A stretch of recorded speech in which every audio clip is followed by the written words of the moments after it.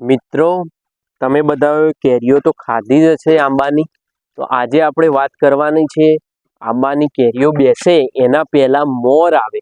અને મોર તમે જે રીતે વિડીયોમાં જોઈ રહ્યો છો એનો મોર કહેવાય. તમે બધાએ કેરીઓ ખાધી છે, કેરીઓ જોઈ છે, પણ ઓબોય જોયો હશે, પણ કદાચ મોર ઘણા જે સિટીઓમાં રહેતા હશે એ લોકોએ મોર નહીં જોયો હોય તો આ વિડીયોમાં તમે જોવો એ ટાઈપનો મોર આવે. આંબો હોય ને એનો મોર આવે પહેલા, અને એ મોર આવ્યા પછી એમાં ઝીણી ઝીણી કેરીઓ બેસે. તો આજે આપણે વાત કરવાની છે કે આ મોરનો શું ફાયદો છે. કેરી ખાવાથી તો ફાયદો થાય જ છે, પણ મોરનો શું ફાયદો છે તો એ આપણે વાત કરશું.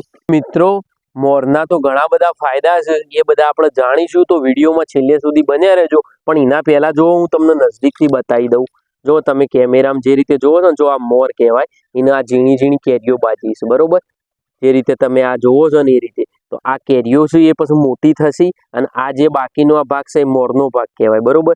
તો આ હું તમને જે આપણા ખેડૂતને એ લોકો છે એમને તો ખબર જ છે, પણ જે સિટીઓમાં રહેતા હોય એમને આ બધું ખબર ના હોય, જોયું ના હોય, તો મેં કીધું એકવાર બતાવી દઉં. તો હવે આપણે વાત કરીએ આ મોરના ફાયદાની, બરોબર? તો મોરનો ફાયદો એવો છે કે પહેલો તો તમને ઉધરસ મટાડવી હોય તો આ મોરનો છે એ આ લઈ સૂકવી અને પાવડર કરી દેવાનો, અને મોરને મધ સાથે મધ સાથે તમે સેવન કરો તો ઉધરસ તમે મટાડી શકો.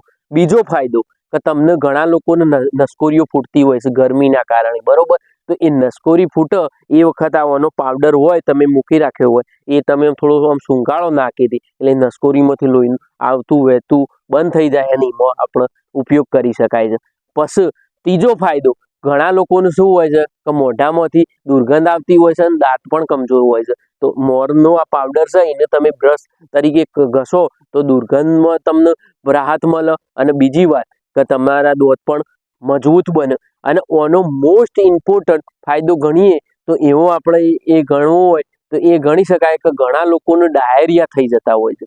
તો ડાયરિયા થઈ જાય એનું શું કરવાનું છે, આ મોર હોય છે એનો ઉકાળો પણ પાણીમાં કરી અને એનો પીવાનો છે. તો એમાં પણ રાહત થશે મોરથી. અને પછી એક એવો પણ ફાયદો છે મોરનો કે મોરનો પાવડર તમે સ્કિન ઉપર લગાવો તમારા ચહેરા ઉપર, તો તમને જે ઓઇલી સ્કિન થતી હોય એ મટી જાય છે, અને જે ખીલ થતા હોય એ પણ નહીં થાય, અને થશે તો ઓછા પ્રમાણમાં. તો આ પણ એક મોરનો ફાયદો છે.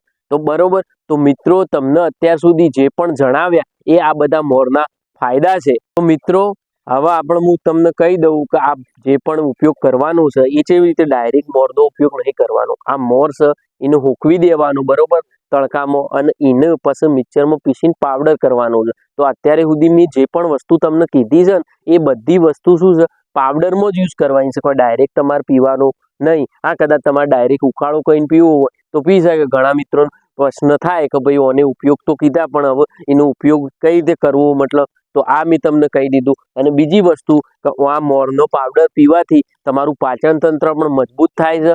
એ મતલબ તમારું એકદમ ડાયરિયા જેવું વસ્તુ મટી જાય છે, પાચન તંત્ર તમને મજબૂત કરે છે. તો આ રીતે મોરના જેટલા પણ આપણે ગણીએ ને એટલા બધા ફાયદા છે, બરોબર? તો મિત્રો, તમે કેરીઓ તો રોજ ખો છો, પણ તમે કદાચ આ મોર જોયો પણ નહીં હોય. તો આજે આ વિડીયોમાં જોયો મોર અને આના ફાયદા પણ જાણ્યા. તો મિત્રો, તમને આ વિડીયો કેવો લાગ્યો? જો સારો લાગ્યો હોય તો લાઈક કરજો, અને કોઈ બી વ્યક્તિનો કોઈ પણ પ્રશ્ન હોય તો તમે મને કોમેન્ટ કરી શકો છો. હવે મળશું આપણે બીજા વિડીયો સાથે.